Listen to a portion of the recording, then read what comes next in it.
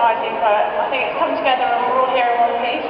I'd also like to thank Dean and all the staff of the Dyslexia Association for helping me to pull the event together, and my team of volunteers from the University of Derby as well.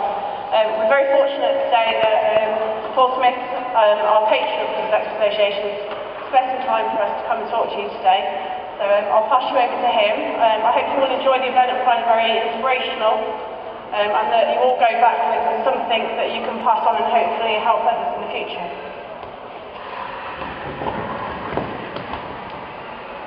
Here we go. Is that too loud? Hello everybody, morning. Yeah, it's brilliant to be here, and I'm sure you've got a great day ahead of you, and going to be full of interesting things. I am patron of the Dyslexia Association. I wish it wasn't such a hard word to say, dyslexia. I wish it was called something else, but anyway, I've learned how to say it. And the reason I agreed to be patron of the Dyslexia Association was because I thought that because I've managed to move forward from my sort of humble beginnings as shop assistant, it was a good way of encouraging people with similar difficulties to my initial ones, and just let them see that you can actually move forward.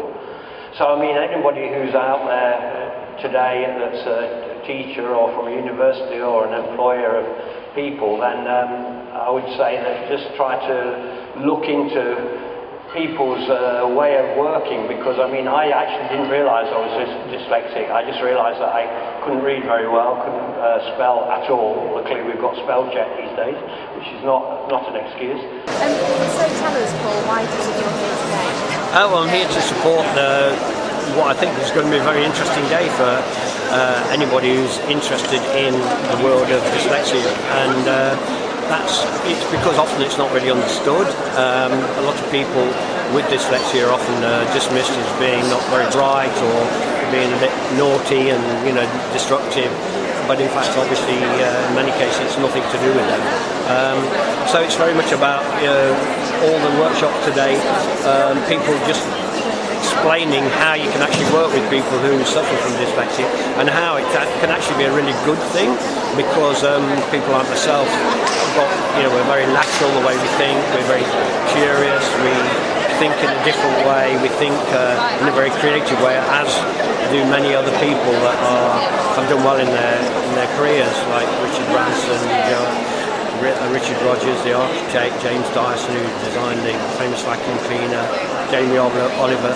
So we do have the strengths that other people don't have, so that's what we're trying to encourage today. And how has dyslexia affected your life?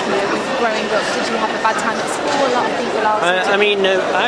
I was blessed with not having a bad time when I was at school, because I didn't even know I got dyslexia, and it was only many years later, as an adult actually, that I was with somebody who's here today actually, Barbara Yandel, who was one of the helpers at the Dyslexia Association. She said, you've got dyslexia. And I was like, what's that? I didn't even know what it was.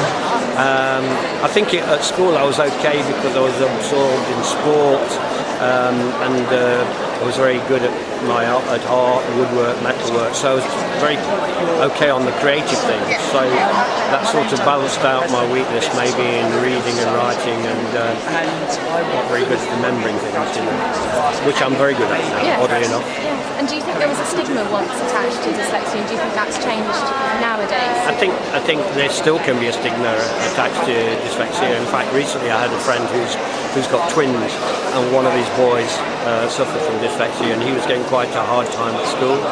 And my friend came to see me, and I put him in touch with some people, and it all worked out fantastically well, because they spoke to the teacher hadn't realised, and then it all levelled itself out. So there can be a stigma. It depends on whether the teacher, the university, the employer, whether they are patient enough to try and think a bit differently and think, well, I wonder if this person suffers from dyslexia. I think there's 6 million people in the country who've got it, so it's quite a common thing. And lastly, what advice would you give to somebody who's going through dyslexia and might have had a hard time when they were first I think if you can, first of all, if you can identify that you've got it, through the help of the Dyslexia. I mean, if you're sort of a bit worried about whether you've got it, go and see the Dyslexia Association. They've always got an open door to advise people. If you realise then you do have it, then it's all about getting the balance right between your weaknesses and your strengths. So play to your strengths and then try and get together with somebody who can help you out with the weaknesses. So that could be a girlfriend, a boyfriend, husband, wife, an employer, a teacher, anything. And then it's all about getting the old balance right, and then we all live happily ever after. Like me. Thank you very much.